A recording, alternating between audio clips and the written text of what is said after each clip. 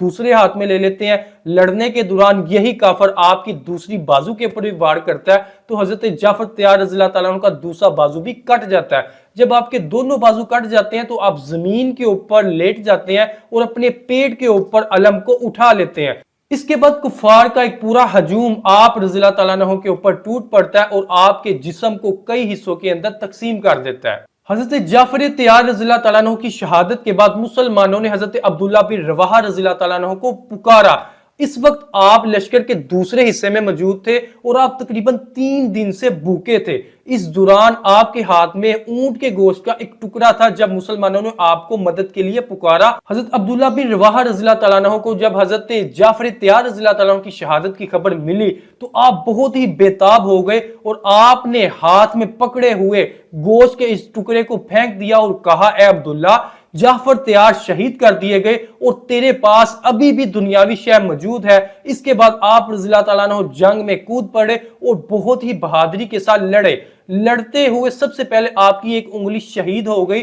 حضرت عبداللہ بن رواحہ رضی اللہ تعالیٰ عنہ کی جب ایک انگلی کٹ گئی تو آپ رضی اللہ تعالیٰ عنہ نے فرمایا کہ یہ کوئی بڑا کارنامہ نہیں ہے. اے نفس آگے بڑھ ورنہ موت کا فیصلہ تجھے قتل کر ڈالے گا اور تجھے ضرور موت دی جائے گی.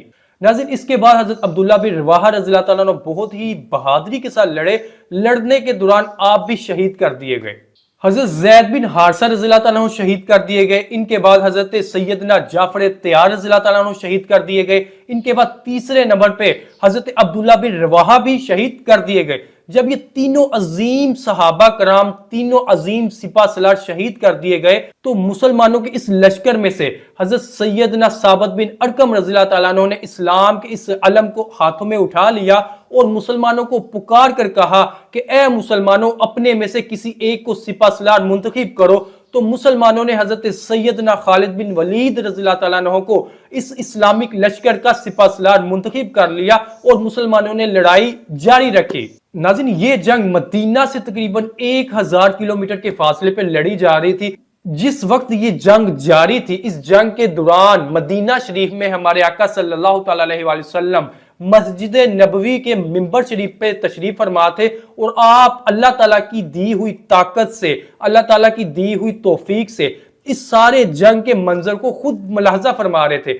ہمارے آقا صلی اللہ تعالیٰ علیہ وسلم تمام صحابہ کرام کو بھی بتا رہے تھے کہ اب حضرت زید بن حارثہ رضی اللہ تعالیٰ کو شہید کر دیا گیا اور اسلام کا جو علم ہے وہ حضرت جعفر طیار نے اٹھا لیا. جب حضرت جعفر طیار رضی اللہ تعالیٰ کو شہید کر دیا تو ہمارے آقا صلی اللہ تعالیٰ علیہ وسلم نے فرمایا کہ اسلامی لشکر کا علم اب حضرت عبداللہ بن رواحہ رضی اللہ تعالیٰ نے اٹھا لیا ہے. جب حضرت عبداللہ بن رواحہ رضی اللہ تعالیٰ کو بھی شہید کر دیا گیا تو ہمارے آقا صلی اللہ تعالیٰ علیہ وسلم نے ارشاد فرمایا کہ اب اسلامک لشکر کا جھنڈا اس بندے کے ہاتھ میں ہے جس کو اللہ کی تلواروں میں سے ایک تلوار کہا جاتا ہے اور اس کا نام حضرت خالد بن ولید رضی اللہ تعالیٰ عنہ ہے.